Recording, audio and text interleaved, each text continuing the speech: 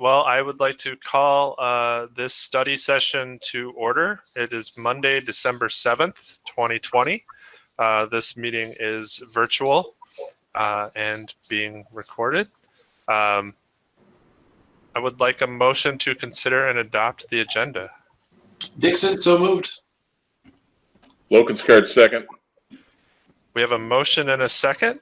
We'll do a roll call vote. It is customary on our live virtual meeting live streams. Dr. Soderlund? Aye. Tracy? Stewie, aye. Tim? Lokenskart, aye. Drew? Dixon, aye. Vicky? Hager, aye. John? Carlson, aye. Leonard, aye. Motion carries unanimously. Excellent. We'll move on to item number 3, which is review COVID data.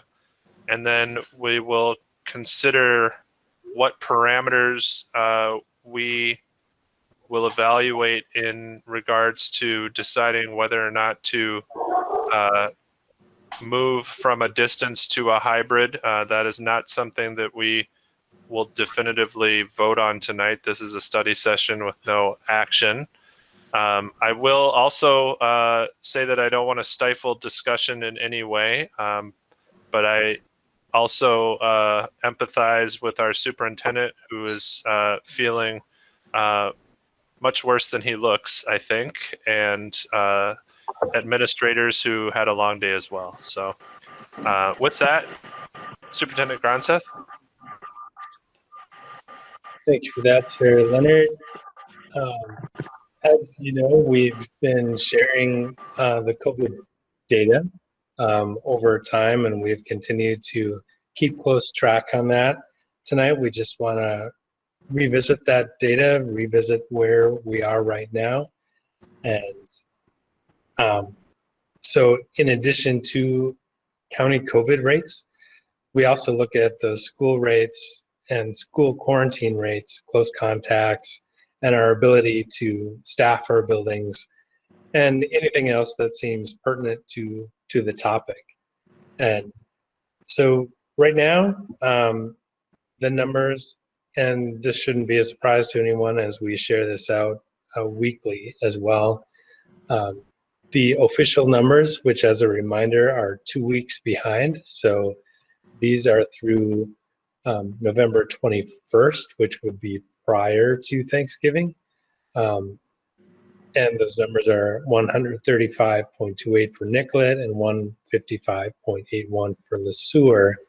And then we have the current, but these are unofficial numbers. And when we talk about unofficial numbers, that means that they're the most current data that we have, but there may be information that's missing or needs to be adjusted in this. So we need to be especially careful when we look at these, because they could be higher or lower than what they actually are. But those official numbers are both lower than the unofficial numbers are both lower than the official numbers right now, which tells us that there's a dip in those numbers. They're decreasing. That's great. That's exactly what we want to see. They're far from where we would like to be.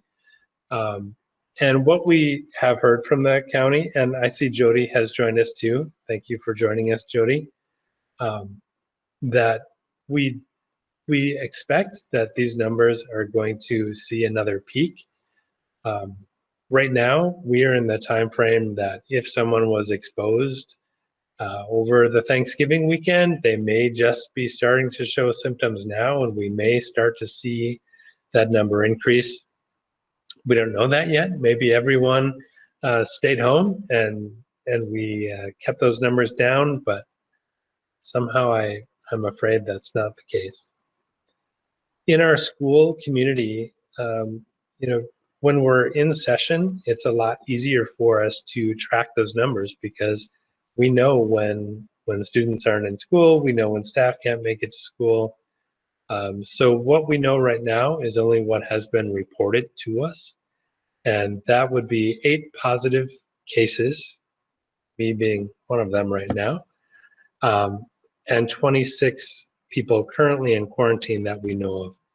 And this, of course, is a lot lower than it was when we went into distance learning. And that's exactly what we would expect to happen when we're not in session, that we would have far fewer close contacts and people needing to quarantine. The county, since our last meeting, has started producing some graphs that they send out to everyone in the county. They are available on their website as well. And this would be the tracking cases by age for that time period from 11/22 to 11/28. So again, this is still before Thanksgiving, but you can see the ages of those who were diagnosed at that time. And then this is how it's being spread. Community and community known are the two biggest. The community with known contacts, a lot of that can be families. So like you get it from your spouse, or you get it from your parents, you get it from your kids, or someone else that you were aware of through contact tracing that you were exposed.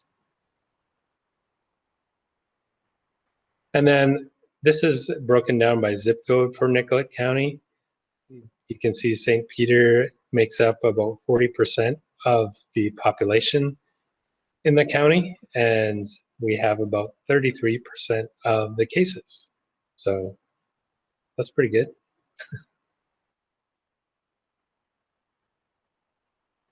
And then this is the new cases by week over time. And again, you can see that dip in cases that we talked about before, with it being 165 right now.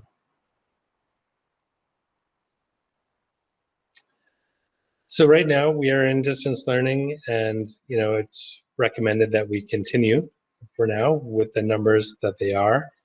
And as I said, they are expecting there to be a surge following Thanksgiving, and there's still concern about what may happen in the coming weeks with the other holidays coming towards us. In our schools, this information is broken down a little farther than the information that is on our dashboard on the website. It just breaks it down by grade level. Currently, we have 4 positive cases, and there are 22 in quarantine. That is as of today. And then the total cumulative cases in the district since the beginning is 62. And then, as I said before, this is based on what we've had reported to us. There may be more that we just don't know about.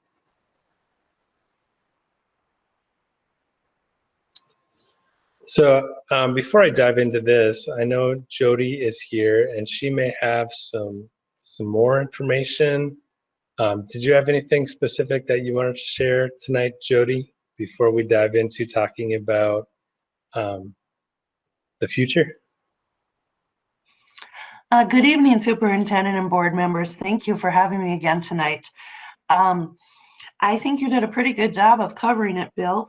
One trend that I would note is we are having people that when we do the case investigation with them, they are not wanting to share their names or give social or household contacts. So I think the fact that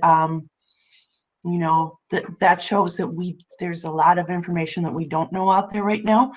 And the more recent number that I just heard was that for every case we have, there are 8 other cases right now. So, in the past that number varied from, anywhere from 10 to 100. But right now they're saying that it's 1 case equals 8. So we are expecting a significant bump later this week, kind of as you get a little closer to the 10-day mark for Thanksgiving. We don't know if people just hung out on Thanksgiving or if it was the entire weekend. So we are looking forward to a big bump yet this week. We don't know exactly what that'll be. We have seen some improvement in our Nicollet County numbers. The distance learning, moving to distance learning in our county coincided with new executive orders by the governor. So it's hard to know what exactly, the numbers have gone down a little bit, and it's hard to know exactly what we can attribute that to, if it's a change in behavior, change in regulations, change in school. I would guess that the change in school would probably be the latter on the list. Thank you. So, given the state guidance that we've received, they suggest that that 50 is that mark where that denotes hybrid for all of our students. In the beginning, there was a lot of talk about how younger students wouldn't necessarily get this or be affected by this. But based on our experience and our data and the number of cases we've seen, we don't see a big difference between even our youngest learners and early childhood all the way through high school. It seems like we've even had more quarantines and more cases with our younger students than our older students. But when we're talking about what parameters would we use to consider coming back to hybrid, I would think that we'd be looking for something near that 50 range, or at least lower than 100, but closer to 50, and that we would see a downward trend for 2 or 3 weeks, that it's not just coming down for a week and then going back up, that we would see that over time. And right now, it was announced today that the state is going to go with the CDC's quarantine in some cases. So right now, if someone is quarantined, they're quarantined for 14 days. And now under certain circumstances, they could come back after 10 days if they've not had any symptoms, or after 7 days if they have a negative test after that 7th day.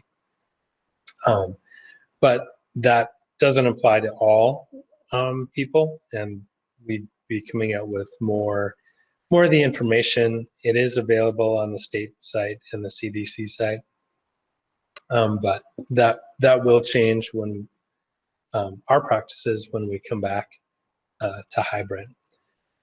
Right now, we have said that January 4th is kind of our target date, that we would come back before then if the data indicated that we could do that. We haven't seen a significant enough drop to come back now, and we'll continue to monitor the data over time. And I would recommend that we review the data again and invite Jody back again on December 21st for that board meeting to make some decisions about when we could see coming back, or if the numbers are increasing, if we need to extend beyond that January 4th date. I know there are a number of school districts in the area who have extended that date already into mid-January, or so you'd get 2 weeks beyond that holiday season when everyone might be coming together again. And so with that, I would look for the board to have some discussion about parameters that we would consider coming back. My recommendation is that we kind of hold that 50 cases per 10,000 as a target for returning all of our students back to hybrid. But I would like to hear your thoughts and your discussion on the same. This is Tracy. Jody, I have a couple questions. I think my brain stalled out, but you were talking with something and you had said something about 1 case equaling 8. Tell me what the 1 case, what were we talking about there? I missed it. Sure. Thank you, board members, Julie. what they're saying is that, not everybody is getting tested. And still, even though testing has become much more widely available. And so they're saying that, every case represents a number of other cases in the community. So like, if like, just say your family was, maybe you got it, then maybe you would opt not to test your kids. You would just assume that they had and had them quarantined, have them isolate at home along with you. And so it just represents people that have the virus but haven't been tested for it. So how would they come up with that? Like, how would they know somebody had the virus if they were never tested? Like, that seems like kind of a weird statistic to be able to share, because it's like, you know what I mean? Like, if they haven't been tested, then we don't know they have it. So I thought that was interesting. How did the community testing go? How many people were there? I was expecting to see a big bump after the community testing. And I was just curious, how many people and what came back? We were expecting to see a pretty significant bump from that as well. We had 1,300. Oh, well, let's say 1365. It's that time of the night where I can't come up with the proper I name hear for that. Sorry. 1365 tests done, and I believe we had 30 positives. Wow. Well, that's good. It's like so long ago that I can't tell you the exact number. It was in that neighborhood, around 30. Yeah. I thought it was in the 600s that were tested with 33 positives, and it was 4.8%. At the community testing event, we had, oh gosh, I'm mixing these up with Gustavus. Okay, I'm sorry. Because we just did another testing event at Gustavus. I'm so sorry. You are correct. We did 686, I believe. Does that Okay. sound right, Bill? And our positivity rate was about 4.8, and we had just done community testing at Gustavus, and our positivity rate there was only 1.5%, and that was when we did the 1365. Bill, can you bring up the chart that showed the distribution by age? That one intrigued me a little bit, because if I look at the stuff that was from when we looked at this in October, I was expecting to see that those younger numbers, the younger ages, would have been less, because theoretically all those kids are chilling out at home, right? And it was still up there, I think. I think what was surprising there was that the age group of 40 to 50 is increasing. Our 20 to 29 has been very substantially, consistently growing since probably about July, kind of about the time where you started to hear the stories about the bars in Mankato and the closings, that type of stuff. And so that category continued to grow. And then, we had college cases during that time. But the 40 to 49, saw a pretty significant bump there. When we look at some of those reports, we see, a lot of people, I think people are experiencing COVID fatigue, to put it mildly. They're starting to go out to eat. They're starting to do more of that kind of stuff. And we are seeing cases from that.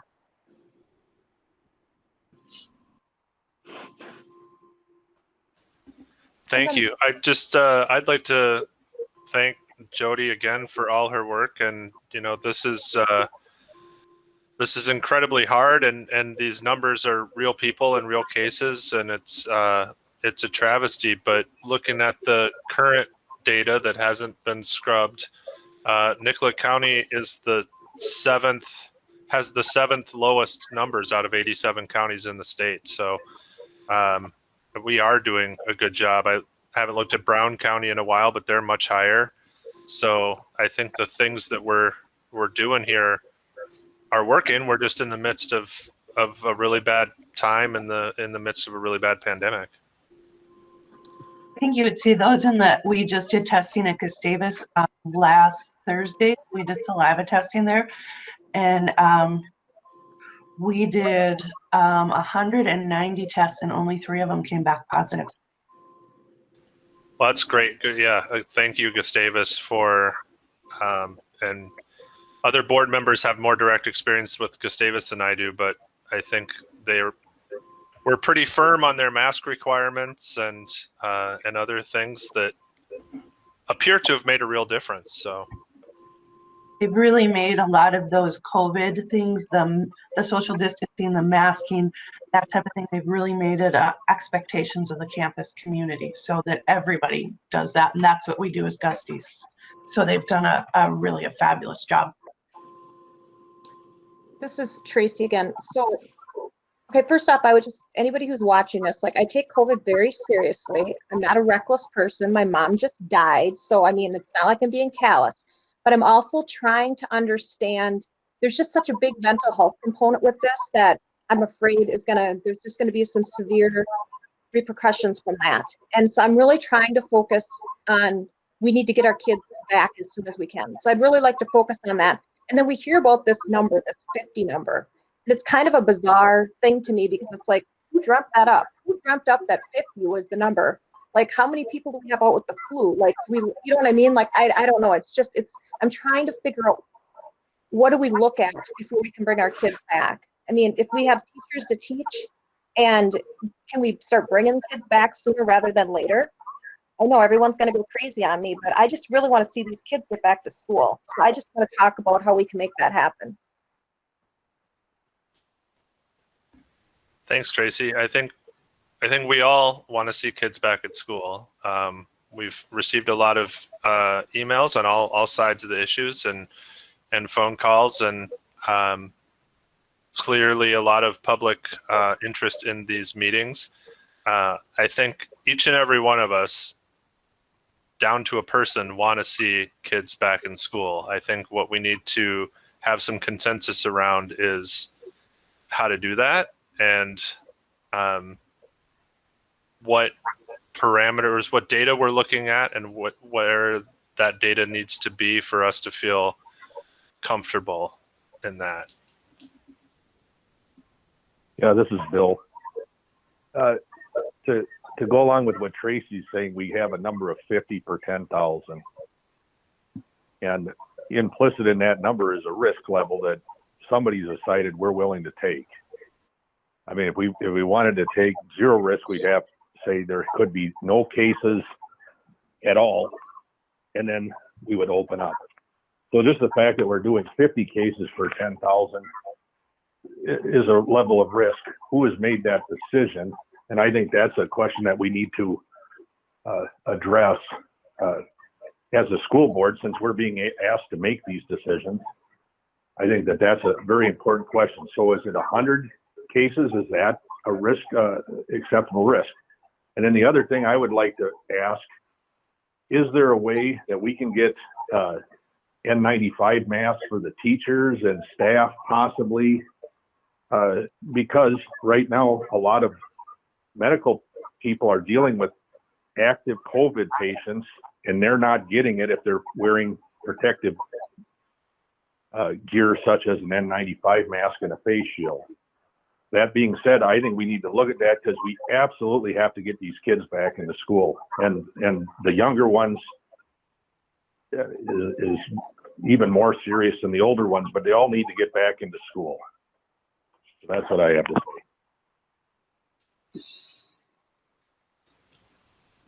I don't know about the current availability of N95s, but I know that they are, in high demand in the medical field right now.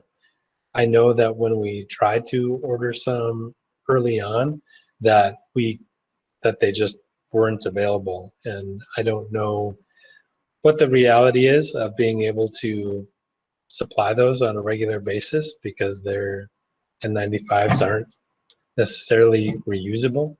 Jody, do you have any information on that? Well, couple different thoughts. I do think production has increased a lot since the pandemic started. When it first started, everybody needed them, and we just didn't have the production, so we really had to ration them. So I think they are more available, and there's different varieties of them. I think, we saw the talks of 3M negotiating with the federal government to make many more masks available. So I think they are more available, and the costs have come down. They are reusable, at least, in normal times. Like if I would go see a TB client, we would wear an N95 and that would be a one-time use. And now healthcare workers are expected to continue to use those masks. So you would, continue to use that mask. You would, maybe let it sit for a week in between. So typically put it in a paper bag. So maybe you'd get assigned 5 masks, and after you wore it, you put it in a paper bag to air out for a week. So it's not best practice, but that is the practice currently in pandemic times. Thank you. I have a thought, and it's probably not well formulated, and I apologize for that, and I may hear about it, but I take kids' mental health very seriously. My own, yours, everyone's. This summer, when we were in lockdown, I didn't get a single email telling the school that we were responsible for kids' mental health. I think we all accepted that school was not in session, and that was not a part of it. Normally, we'd be having school now, and so I think it's easy to look at the school and say that, us not having school is the main issue for children's mental health. We have a pandemic. I'm not going to let my kids go to other kids' houses. I'm not going to let my kids go to the movies. I'm not going to let my kids do those normal types of things that they would do. And I think that school does have a role to play in children's lives, and I hope that they find it enjoyable, and I hope that they find learning satisfying, and I hope they have friends at school. I'm not saying that, but this is a community issue. This is a family issue. And I think we've really got to look at, can we operate our schools safely so that when kids are there, not only are they learning, but we're not transmitting the virus. We're giving them a top shelf education. I wish that we could all go do those normal things we all want to do. It's been 9 months. We're all tired of it. I'm tired of it. I want to do those things. My mental health is suffering. I'm sure a lot of their parents are in the same boat. We're going to fix these together as a community, and we're going to fix them at home as parents and families. And the school alone is not going to fix that.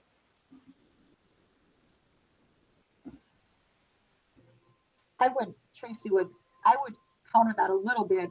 In the summer, what we did is we took away the kids' normalcy, and we took that away from them. So in the summer, that wasn't their normal. They weren't expecting to be in school, so they came up with other things that maybe they're used to doing in the summer. Maybe they did them, maybe they didn't. But now that they're supposed to be in school and we've taken that out, not that we personally attacked them or anything, but you get what I'm saying. I don't think comparing us not getting emails in the summer versus getting them now, personally, I don't feel like that's a fair thing to say, because of course we wouldn't have gotten them in the summer because we weren't in school. But that doesn't mean that there aren't kids out there that are really, really struggling. And I just think we have to weigh out that risk over the COVID risk. I absolutely agree with that. I just don't want schools singled out as the solution for children, parents, families' mental health, because we were in school and we were doing hybrid, and my mental health personally wasn't great. And so we're not going to solve that by ourselves at the school level. We really need parents. We really need families. We need all of it. I do want to jump in on that and say that I was in a meeting today with some of our county supports, and mental health was one of the things that we talked about, both with students, but with adults as well, family mental health. And please know that if your students are struggling, that we want them to reach out to your teachers or your principals or your counselors, whoever it is that you feel comfortable reaching out to, because we do have supports available for students. and the county is ready to help with adults as well. So please, if you are struggling, we do ask that you reach out. We're still here as educators to support students and help them. We do, however, need to set some parameters on what are we going to be looking at when we're coming back. To your point, Dr. Soderlin, if 50 isn't the number, because I think all of those numbers were set as we were just starting to learn more about COVID, and now we do know more. And maybe that number is not 50, but maybe it's not 150 either. And it is, what level of risk are we willing to take? But it's also, what is our capacity? How many teachers can we have out on quarantine or out with COVID and still continue to provide an education to our students? Because we don't have a lot of substitutes, and we only have so much capacity to cover those absences. So I know that when we went into distance learning, we were about a day away from not having the adults that we needed to be able to operate the school. So that has to be considered as well. It's not just the positive cases, it's the quarantines that affect our ability to move forward. Superintendent Gronseth, Jody, can you remind us what the numbers were when we made that decision?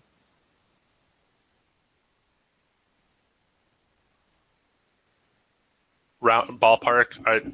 I want to say 65. Does that sound right, Bill?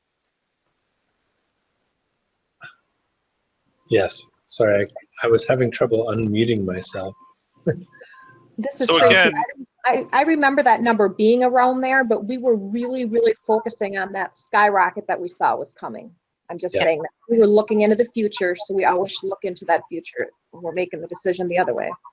absolutely, I totally agree with that. But I think there's a mathematical equation in there somewhere where if we have X number of cases, the statistical likelihood that our staff and our students will be affected is X. And so what I'm trying to think is, if it was around 65 and we were at a point where, yes, we were looking to the future and we were looking at those numbers going up, and that absolutely played a part in the decision that I made personally.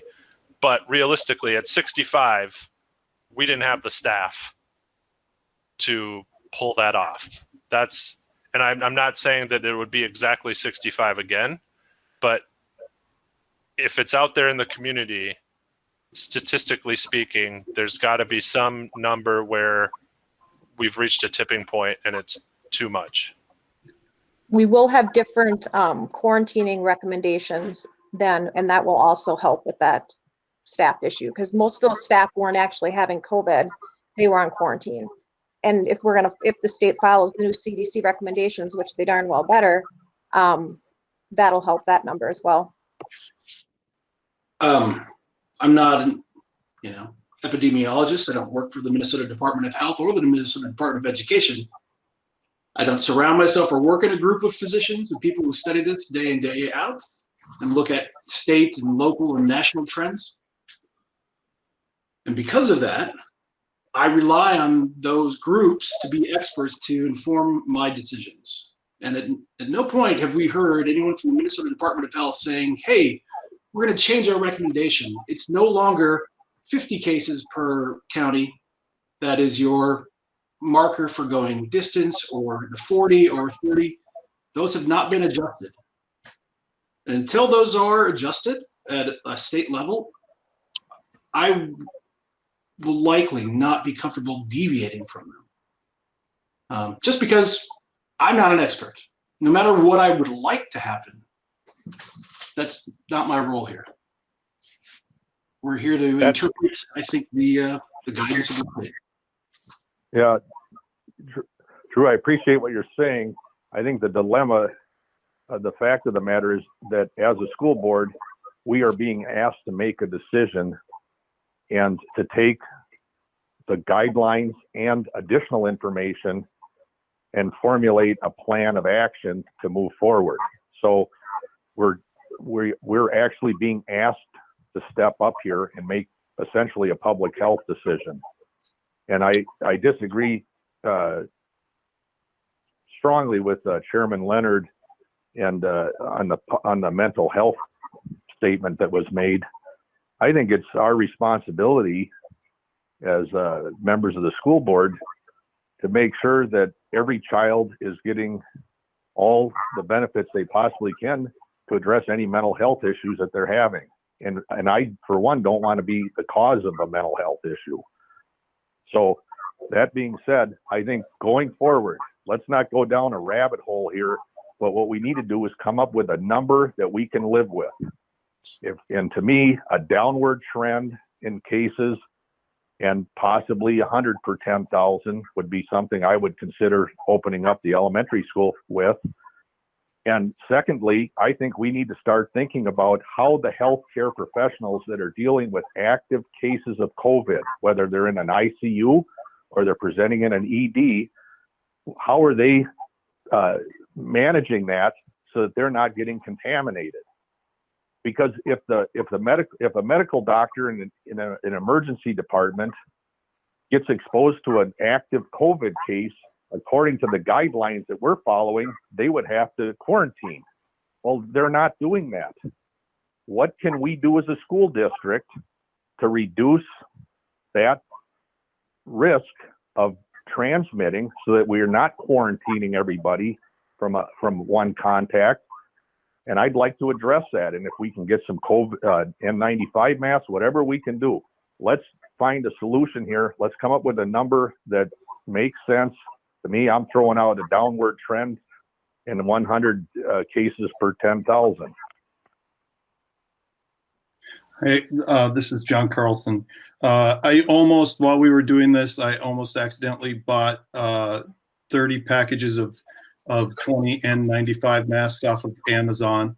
They're readily available on Amazon. So those are packs of 20, so they're $2 a piece. I think we don't have enough information, and also we're getting confused again. Sometimes we're using the current data that's unscrubbed, and then sometimes we're talking about the scrubbed version that's 2 weeks behind. And I know for sure I didn't agree.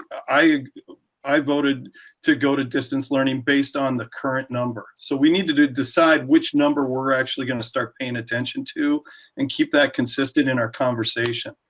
I think one of the things that I need to know is why Maple River is in hybrid. There's probably a reason why. It's something that they have that we don't, but they're very similar to us in number of cases in the county. Lake Crystal is actually in-person elementary up until I don't know if it's 6th or 8th grade. Why do they feel that that's safe? There's a former school board president of the MSBA that's on that board and has decided that that's the case. I just read today, if you guys read the clippings, Marshall is switching to hybrid with their elementary kids in consultation with the Department of Health. Their numbers are much higher than ours for their county. So I don't feel like I have enough information. I need to know why those schools can do that and we can't. And what is different between those two? The one thing that I'm not so much the mental health thing. While that's important, I'm worried about the education. I mean, the kids are going to school every other day on a computer, and study after study says elementary level just can't use the technology like a high schooler can to improve their learning. And we're slipping further and further behind. That's the concerning part for me. And with our staffing being the number one metric for me is our staffing. Can we support it?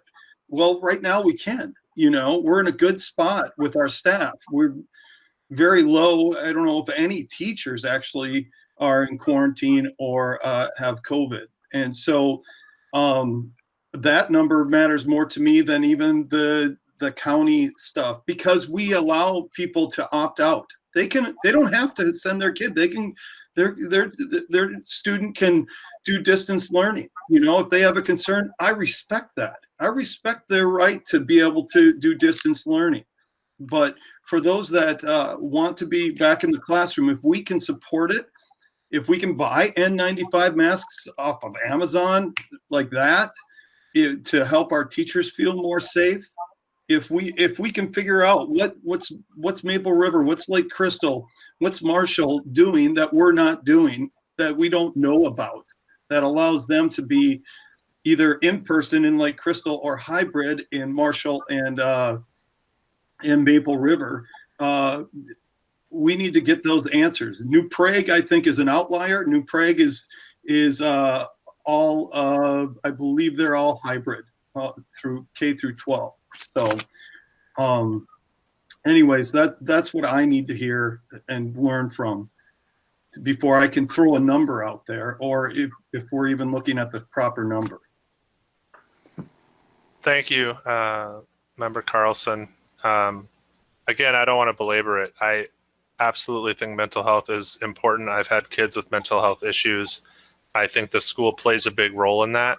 But I think that this pandemic is so all-encompassing that we can't look to the school district to completely solve mental health. It's a family issue. It's a community issue.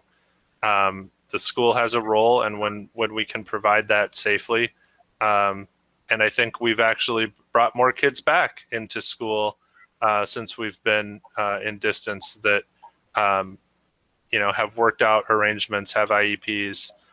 So we are trying really, really hard to meet the needs of students, and I appreciate staff greatly that are working hard to do that. I agree, John. I think having a number that we all agree on, for me, I'm focused on the current number because that tells us what we're at now. And if we say we want to see a downward trend, it's very easily for us to look back 2 weeks at that number. I think we just have to accept that the current number may change because that information, once it gets a second go over, might be revised a little bit, so that number may be a few off when it becomes finalized after a couple of weeks. But I'm fine with that. Looking at that number, for me, these other districts are making decisions. We as a school board will vote at our regular meeting, and we will decide whether we're ready to come back or whether we are not. I don't know where the numbers will be when we have our board meeting. We will be either voting to follow state guidance or we will be voting to not follow state guidance. And that is our right as a school board. I know that we've heard from an awful lot of parents and students that want us back in school. I can tell you that I've also heard from at least an equal number of people who don't want us to go back to school. There is no known right answer on any of this. Why can Lake Crystal do it? Why can New Ulm do it? Because they voted to do it. Will that be good or bad? I can't tell you. I don't know. I think that could end up being fine, and they could never have to quarantine any teachers. Or we could see cases generated at school that lead directly to someone's death. That's just the way it is. We have to manage that risk, as Member Soderlund said, and we have to come up with the best decision. And tonight's meeting is about looking at the data and talking with our public health expert, talking with our administrative team, and thinking about what numbers make sense for us, because I think we owe families as much notice as we can give them as to what data we're thinking about. I mean, if we just kept this a secret and then a few days before Christmas said, surprise, we're doing this, I think if we agree on what a number might be, if we can reach an agreement, then parents and families can seek that out on their own and find that number and know where the district stands and make an educated guess about where and how we might act on that. So that was my intent for wanting to discuss this tonight and see if we could arrive at, a number where we would feel safe or able to vote one way or the other when we do that. Chair Leonard, this is Tim Lokenskart. I feel like we're getting hung up on the whole fact about we need a number to get to, and I don't necessarily know that that's the right way to look at it. I'm going to piggyback a little bit off of John. There's school districts that are making it work or are looking at it and saying, you know what, and piggyback a little bit off of Bill too, and they're willing to take the risk. They're saying, whatever their numbers are in that area, we're willing to take the risk. And I'm sure you've heard from both sides. I have heard resoundingly more about getting our children back into school, because that's where the parents feel they get a much better quality education. If we do have to distance, and we do have to stay in distance, and we vote that way, I would at least want to know, are the teachers getting in front of the kids enough in the distance? Are they in front of the screen and doing enough time with them? I've heard that that's not happening as much as they would like to see, which I get. We've got a lot of kids and we've got a few teachers. But to John's point, if we're able to do it, especially at the younger ages, at least starting out, I think we have to look at that as a goal, which I know we all have, but if we set a number and say, well, 50 is the number, and we're sitting at 60, and it's come down for 8 straight weeks, but we're still at 60, I don't think number setting is what we got to look at. We got to look at what the trends are. That's what we looked at before. Yep, they were going up and they were skyrocketing. We better do something, and now they're starting to come back down. I truly hope that they keep coming back down. I want to think that they will, because it sounds like Nicollet County is doing good.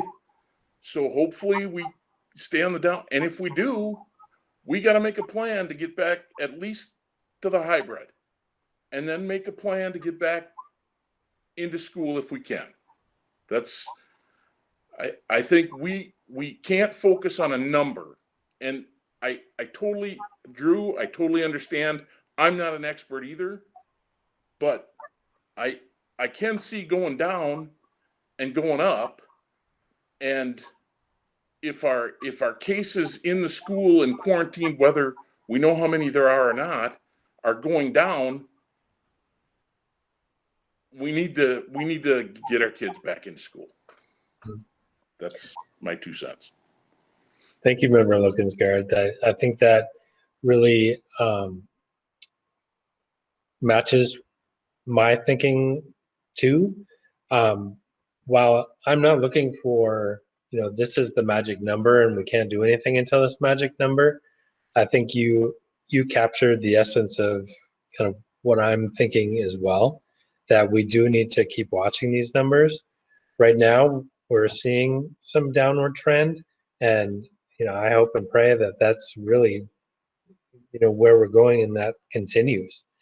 What we're hearing from the county right now is that's probably not the case. We're likely to see it come back up, which tells me it's not time quite yet. If they're telling us that this isn't going to continue downward, it's going to go back up. So my suggestion is that we go with that thought of, we want to see that downward trend. We want to feel like this is going to keep heading in the right direction.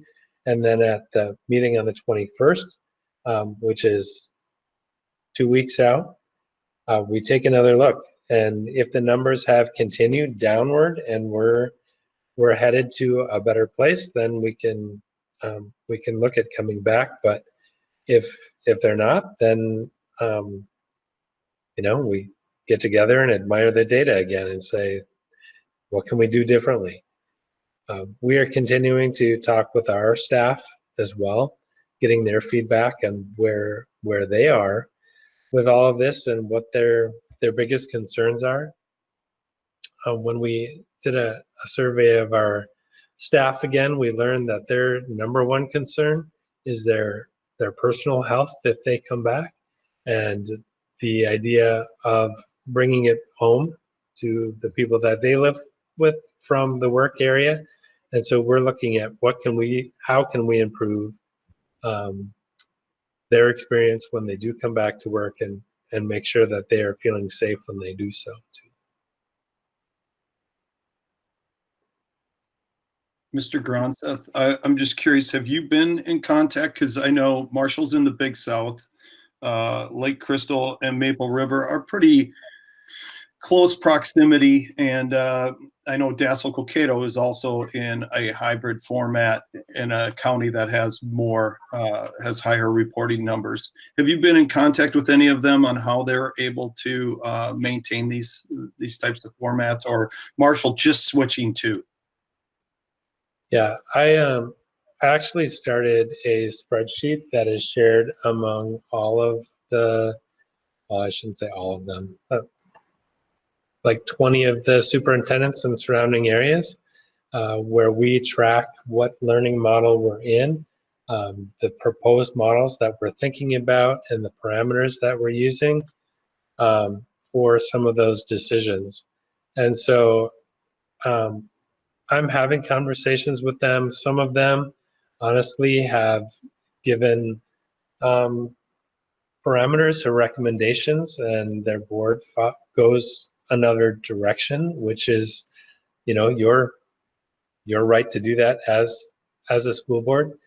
I mentioned before that I'm charged with following state guidelines, and I give my recommendations based on those guidelines, on the recommendations I get from our county officials like Jody, but not to put Jody on the spot, but Jody's one of a whole team of people that are coming up with these recommendations for us.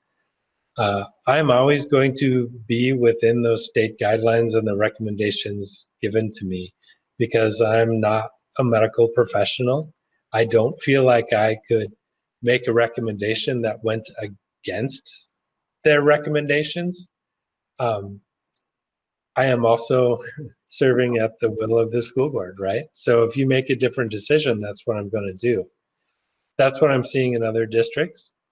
They're following the guidance of their county people, but also from their school boards. And so we are seeing some that are in distance, who are extending their distance learning. And there are some outliers who are saying they're coming back on the 14th of December. And I don't know what that's going to look like. I don't know how they're going to staff that. It could be that they have lots of staff and lots of space to spread them out in. That's not our experience right now.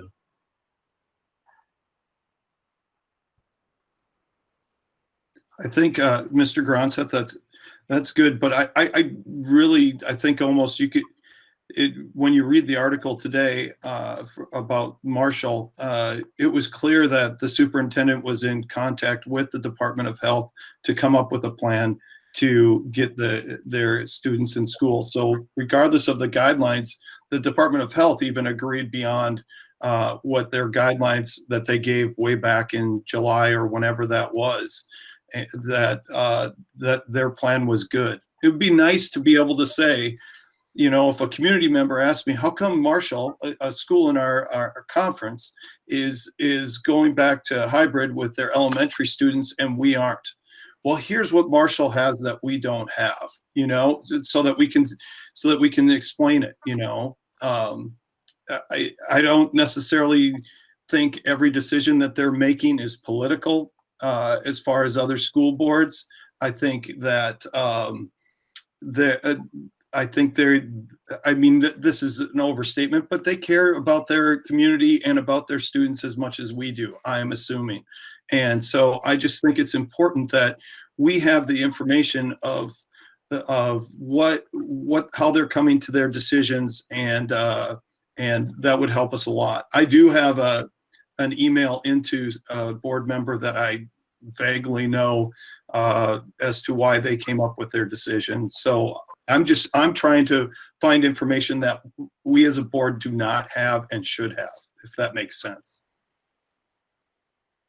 Yeah, and honestly, Marshall is not one that is in my list of contacts that I've created, partially because they're quite a bit farther west in Lyon County, and I'd focus more on our close region, but I can try to find out more about Marshall specifically.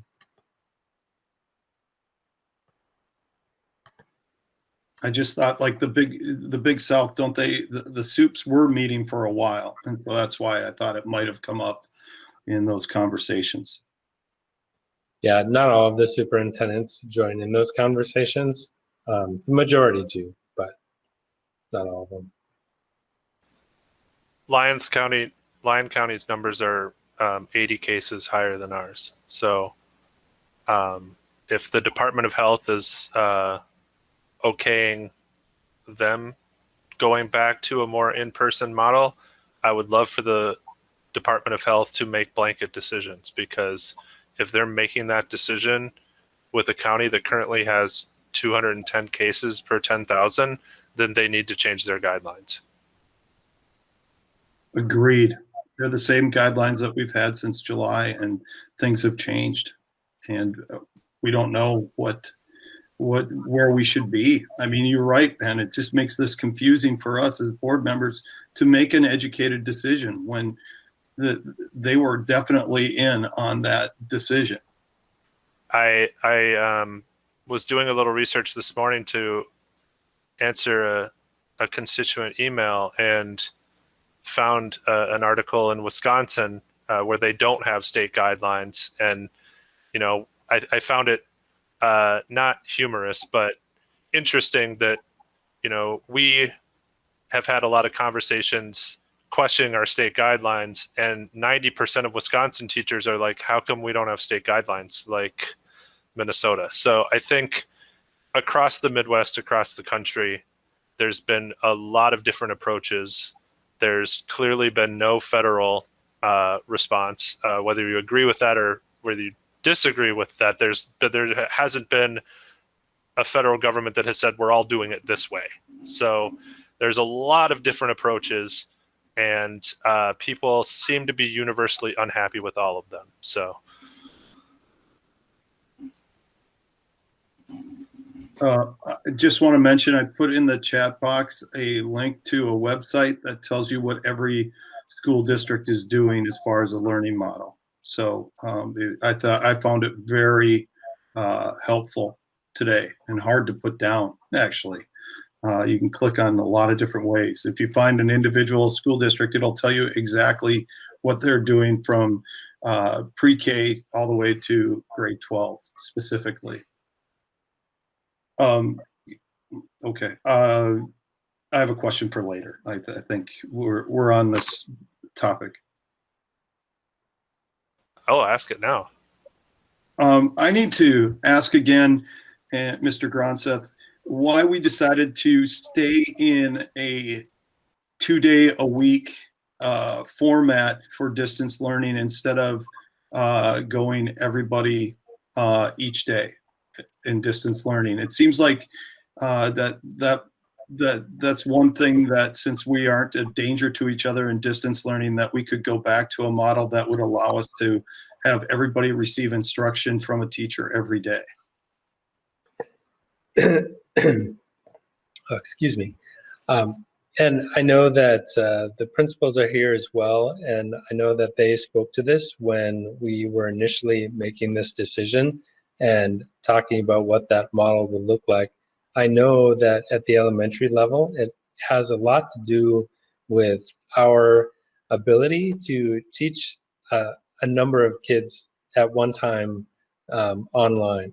When you're doing reading lessons, you usually are working with 3 or 4 or 5 kids in front of you at a time. And if you're trying to teach a reading lesson and you have 25 faces on the screen, it's very hard to one, engage 25 5-year-olds for any period of time, unless they are getting that individual attention online.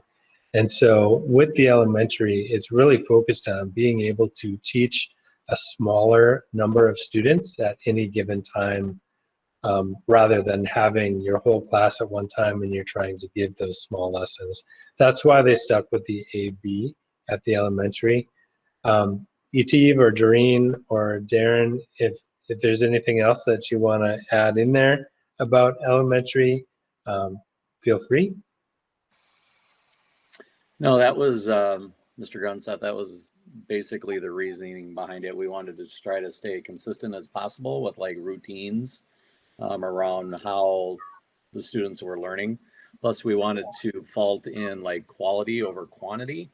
It is fairly. I was able to sub a couple days in some colleagues' classrooms, and to even have 8 to 10 kids that are 8 or 9 years old on the screen.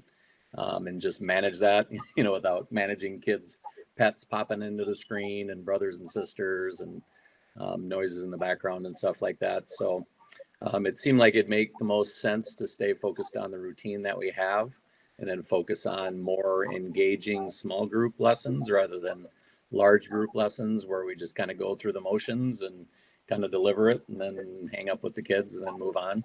It just that's what we went with, like the quality of the instruction and the routine that we've already established.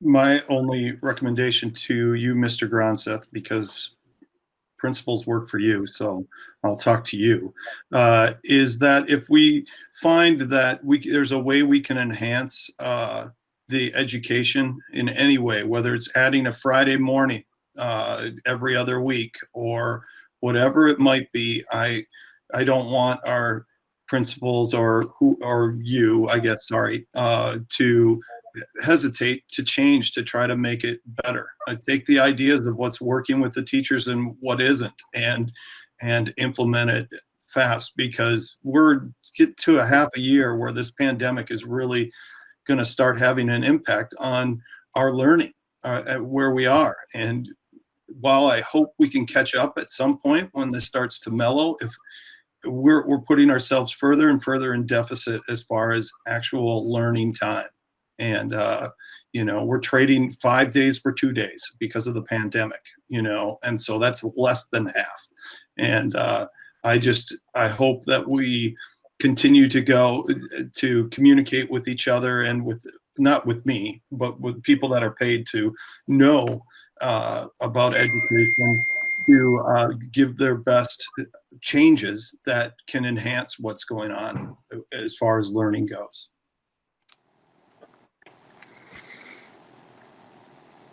And I guess just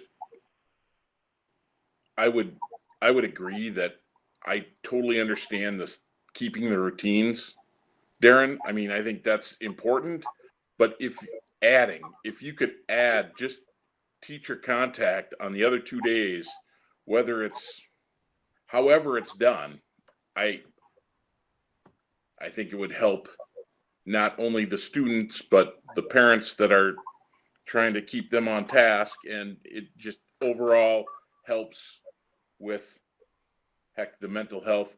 Anything you could add, just like I'm following John tonight, I guess. So This is Tracy, and I do know that like the middle school has adopted that, and that's been a huge help. Granted, my middle schooler's a little turd, but it's okay. But I do see the benefit in that consistency. And I have a kid up at the high school, and I've asked a few teachers up there, and they are doing the every other day. And I actually ask a teacher, like, where are you? Like, be real with me. Like, where are you? Are you really at where you normally are in December? And this teacher was confident to say yes. So I do think that for the high school, they're older and they can do the every other day. I've been hearing more and more from the elementary that those kids are really craving that teacher time. So I have to agree with what everybody else is saying. But I do think for the older kids being in high school, that the AB is working. That's at least what I'm getting.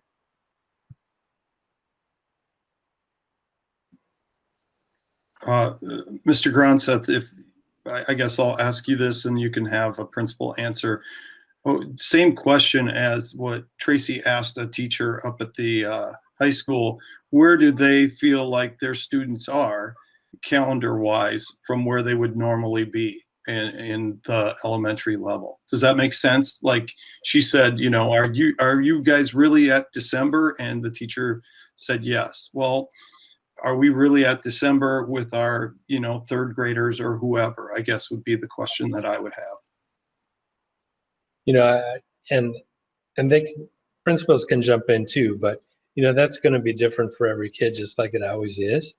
But it's also, we haven't had a normal year with a new curriculum either. Because we implemented that curriculum and then that turned into really, I mean, it was good up until what, March, right? And then this year has been different from the beginning. So we don't really have an apples to apples comparison. I would say that most of their teachers are going to say that their kids are behind where they usually would be.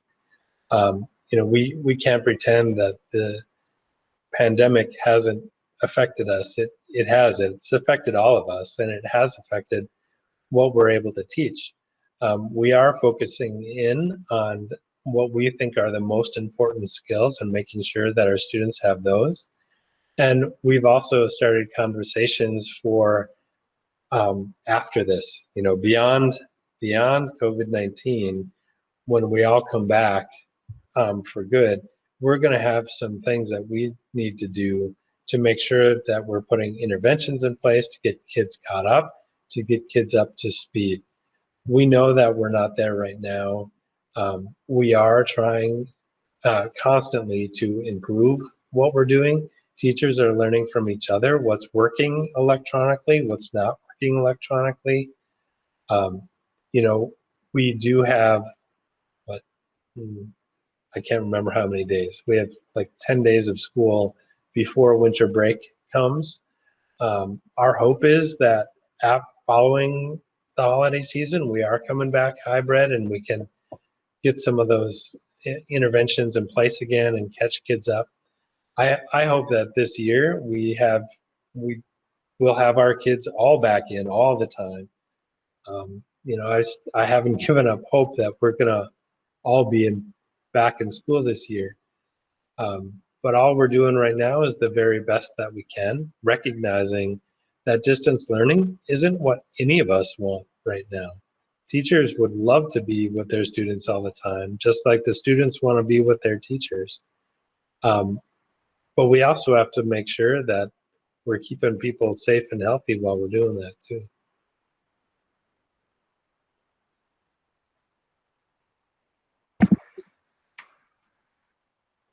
Carlson, Mr. Gronseth spoke of those interventions, and I know that's not addressing right now, but we have had already started having the conversations about our extended year as an example.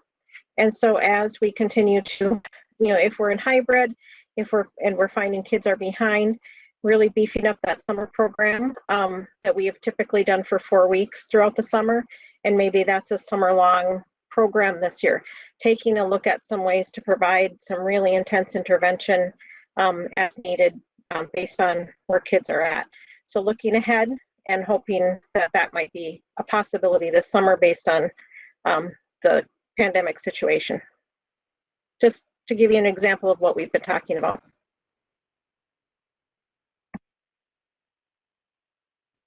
Thank you.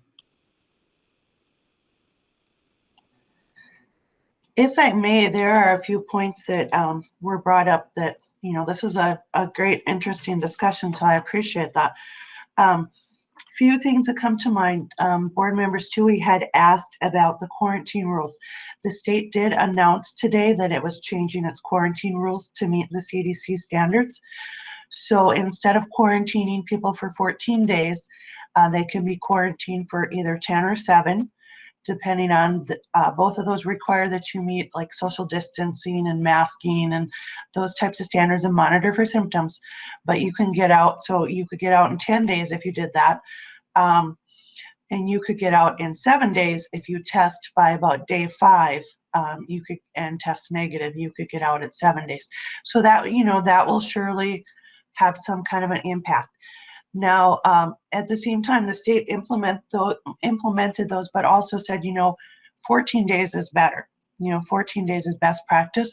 So there will be some, if we start letting people out of quarantine, we will have more compliance, presumably, but we will also have more risk because people, that could have been catching the virus or, could have been growing into the virus, I guess, more like day 13 or 14, they will be out in the public at that time. So there's some more risk, but there's also the, the benefit of increased compliance. So that could change things for us in a number of ways.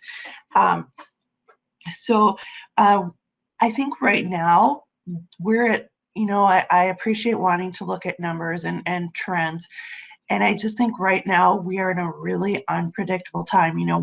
Going into this, we were able to see, we're climbing the mountain, the big numbers are coming, and we were able to take action. And I would argue that we did that in just the nick of time. That was very good timing.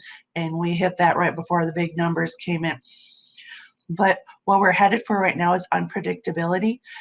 Public health officials, across the nation advised people not to travel for Thanksgiving, advised them not to get on airplanes, and people still did.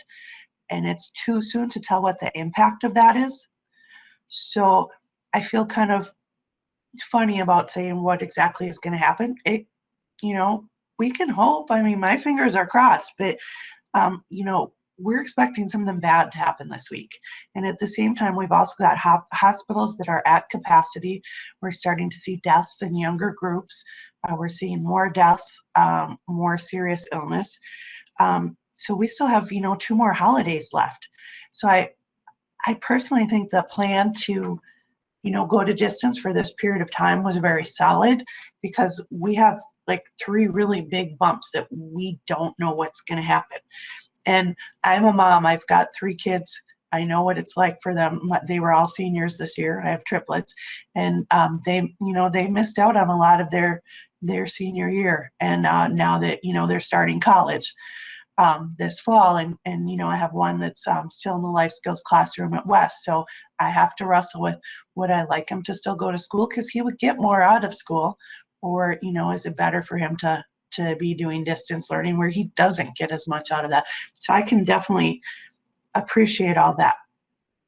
I thought it was interesting when board member Carlson brought up some of the other school districts, because my impression has always been that, the state set these standards, and I would totally agree with you. The state set these standards to provide a framework for us, and they did that back before we knew a lot. I mean, kind of what we learned is we could reasonably live with probably a 50 number in our community, and we were doing fairly okay. But then we had that big bump that pushed us into, a whole nother category. So, basically that was, we talk about people just trying their best. That was public health officials just trying their best to come up with some type of framework for us to operate in, some, what's safe for people, what's not. So, I mean, I would guess those are probably subject to change. But when we look at some of the other communities doing that, I think it would be interesting, like board member Carlson says, to find out more about why they're able to do that and what kind of state support they're getting. Because my impression has always been that if you do not follow what the state guidelines are, they will come down and help you follow that.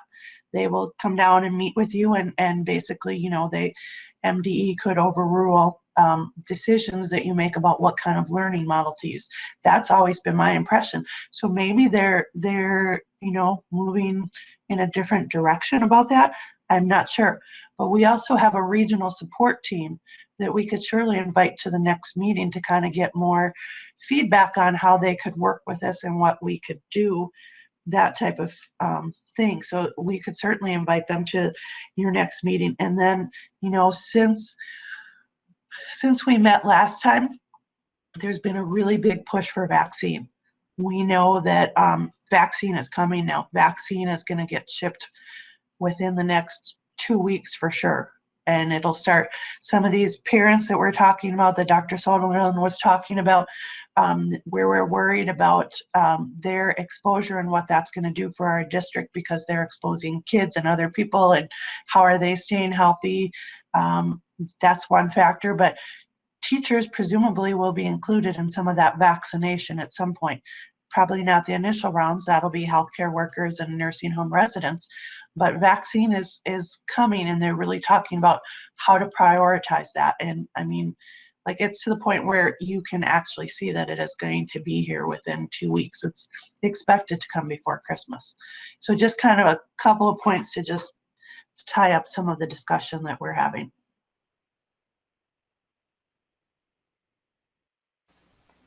And that is the plan, to bring this to the school board meeting on the 21st. And like I mentioned, we'll have more data then. We'll have more time to see where the cases are going. And so I think when we come back together in 2 weeks, we'll have a decision to make for the time following Christmas break. Mr. Gronseth, if you could communicate with that regional response team, I don't know what it was called, Jody, but the group that helps with the decision-making process, and kind of get all the ducks in a row there on where we're at with that. I think that would be beneficial, instead of initiating or just hearing the information for the first time at the meeting. Like, if we do invite them to that meeting, I'd like to know what they're going to say before the meeting, so I don't have to make a snap decision within a meeting, just hearing info for the first time.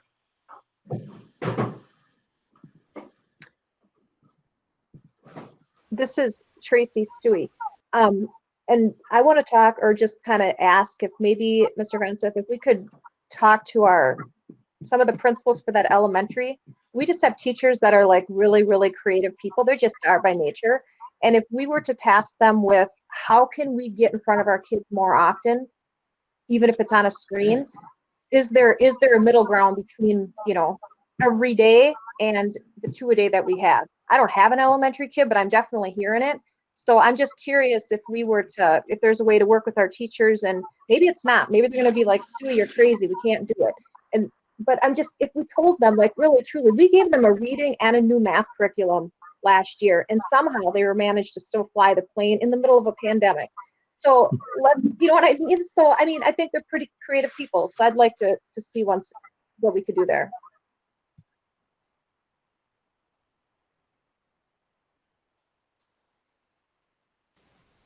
Thank you, Tracy.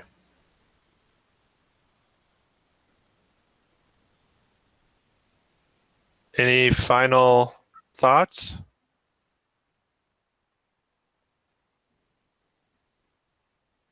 All right. Well, thanks, everyone. I really appreciate everyone taking the time. Jody, thank you.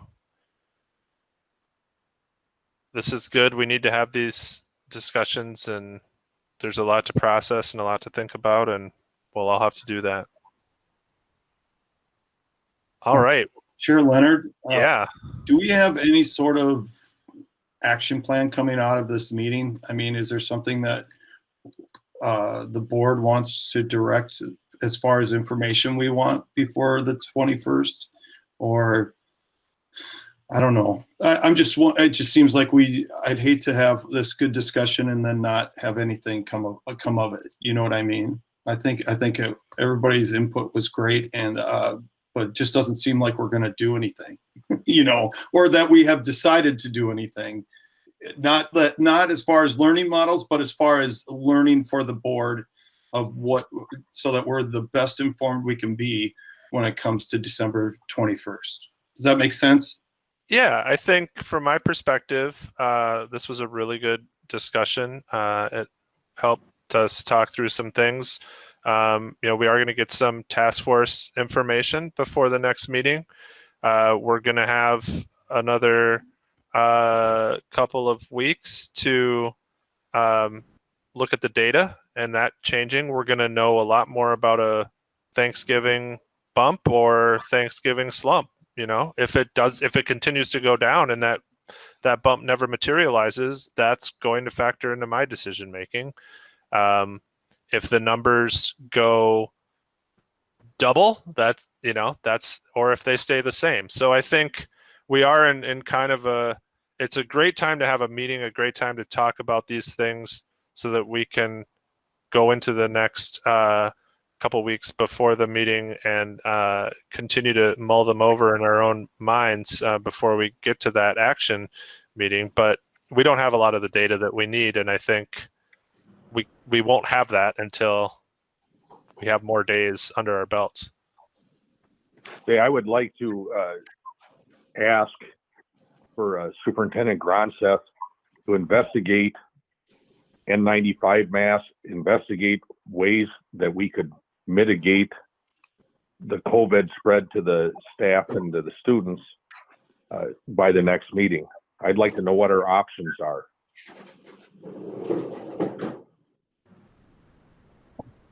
Okay.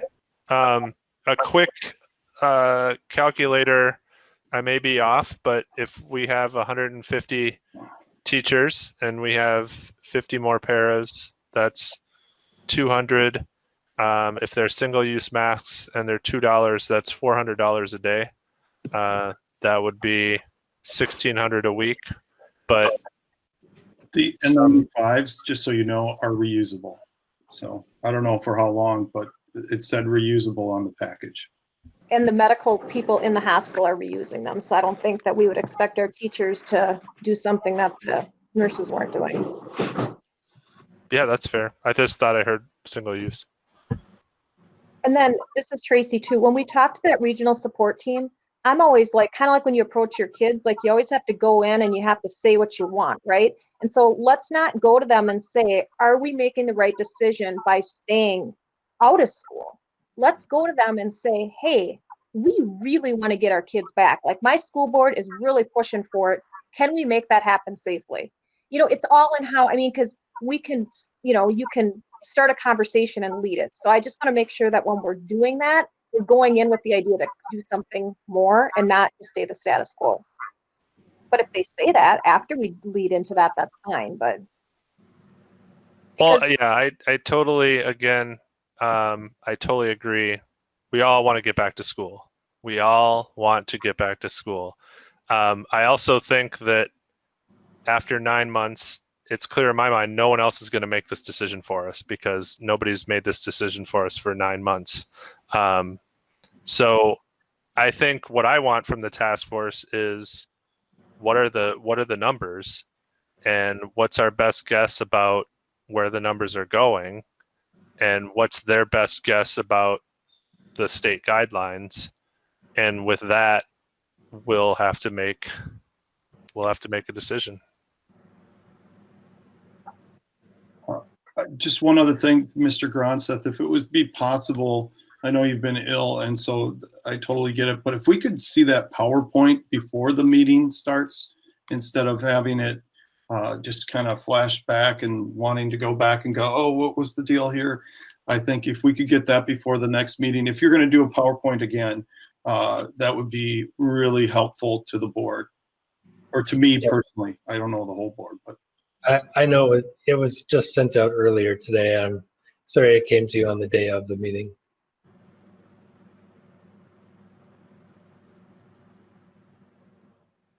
It was sent out this afternoon. this is Tracy, and I just wanted to point out that on the Department of Ed, when we look at the safe learning plan that they have, as far as what the regional support team is supposed to do, it just says if a school district or charter school is considering dialing forward to a less restrictive learning model, which is what we want to do, then what is required under the safe learning model guidance, it must work with its regional support team. So I think that the regional support team can probably give us more than just numbers, because according to this plan that the state gave us, this is exactly what we're supposed to do. So I think we need to tell them this is what we want to do and see if they can help us make that happen.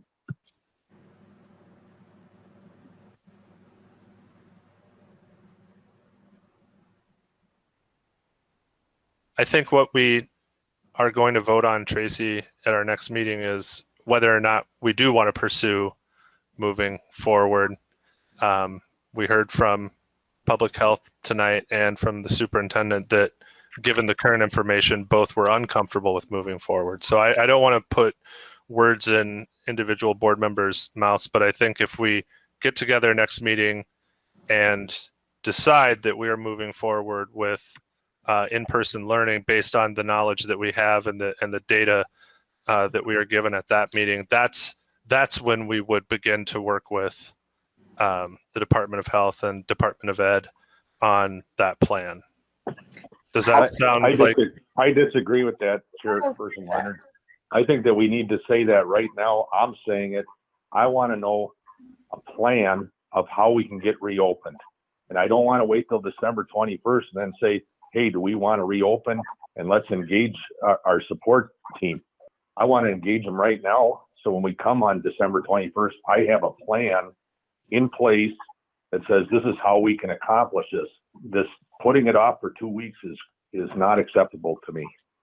Dr. Soto, and I just want to be respectful that the board hasn't voted, and we can't vote tonight because this is not there aren't action items allowed at study sessions.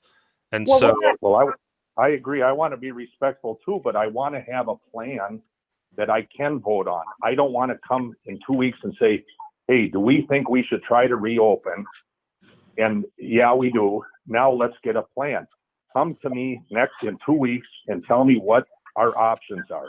And I'm trying to be respectful, but that's what I want. We don't need to vote on that. Come back with a plan.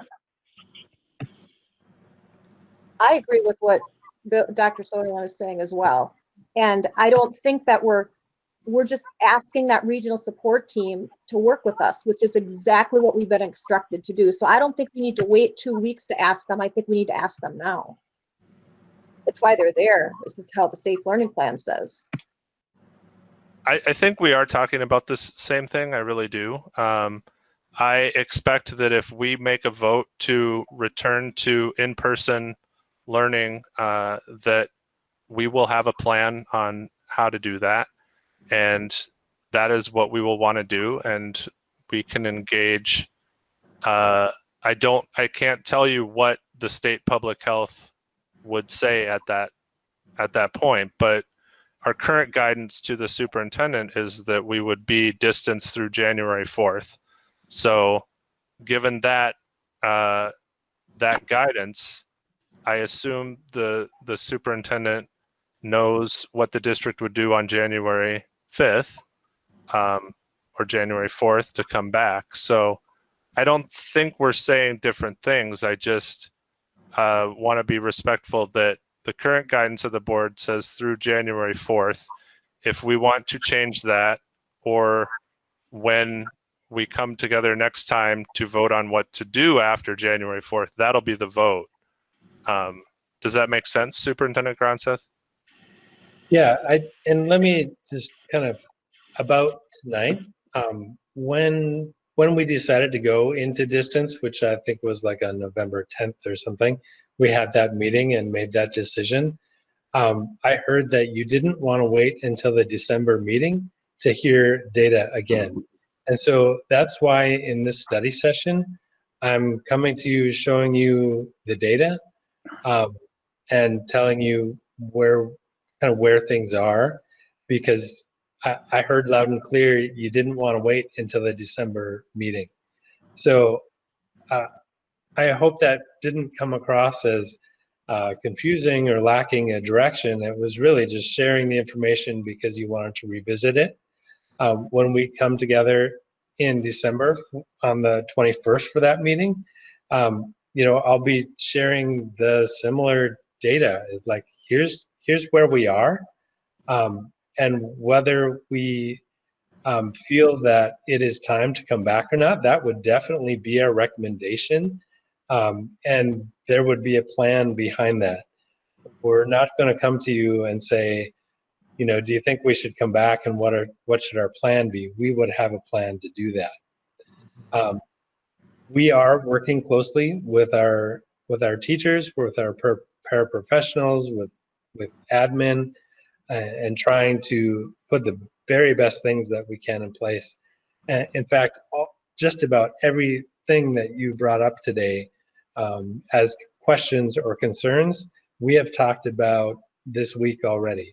We've talked about, should we be revisiting the everyday at elementary and working through that? And how could we improve it? How could we get more time in?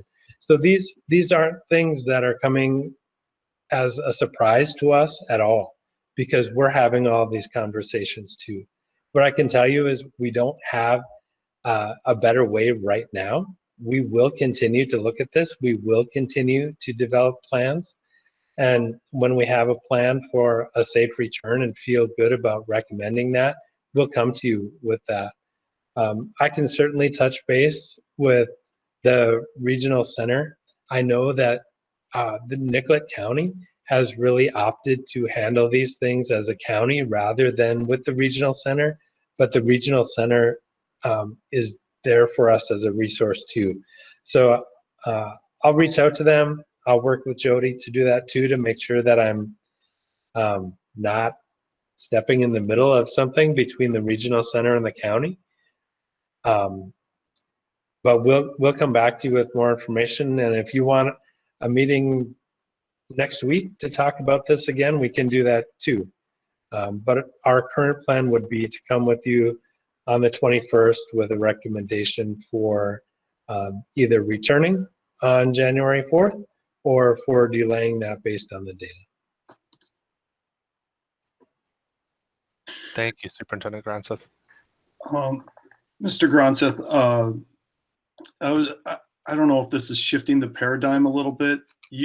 Could you possibly, I think having a recommendation and then also having, if we were to return, here's what it would look like to make sure our teachers stay safe, because we want to make sure that if we decide to do it, we would like to, what my fear is that we come the 21st and your recommendation would be, you know what, let's stay in distance learning, and we wouldn't even know what hybrid would need to look like to be safe. You know what I mean? To reassure our community.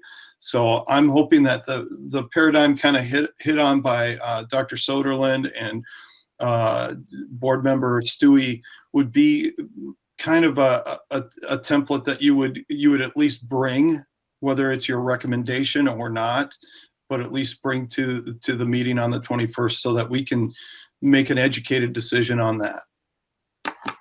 So are you saying be prepared on the 21st for the school board to go against your recommendation? Absolutely not. I think we're asking them to give us a couple different scenarios. Okay. Agreed.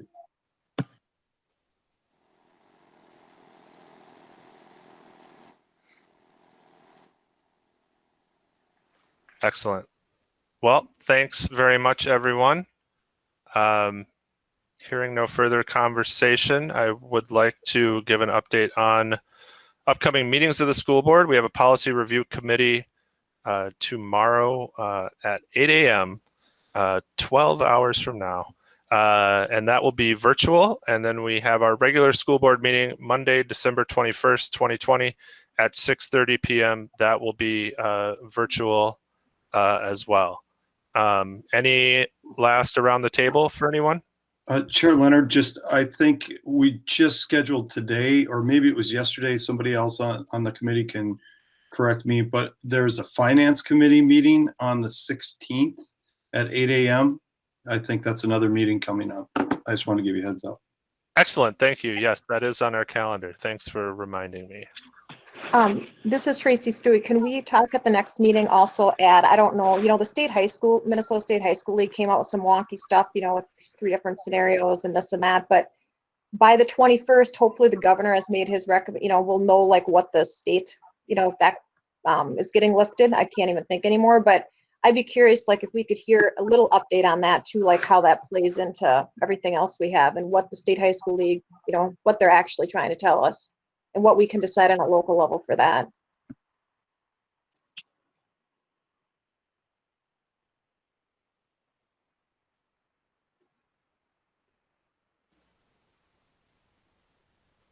Sounds good. I know Jordan Paulo is on this meeting, as he is most of our meetings, and I'm sure they'll be ready. Excellent. Well, with that, I would like a motion to adjourn. Can I just, sorry, I thought you were going to actually go around the table. I would highly recommend that the board members check out that site. Over 85% of the schools in Minnesota are in distance learning, and so in some of them it says combined, but if you actually click on the school district, it's hybrid for ECFE and pre-K programs, and everything else is in distance learning. So while I hope bringing that point up, it makes me realize that if people that are in hybrid are outliers, basically, and I just want to make the best decision, the most educated decision I can as a board. So, but I strongly encourage you to go on there and monkey around a little bit, click on different school districts. Thank you.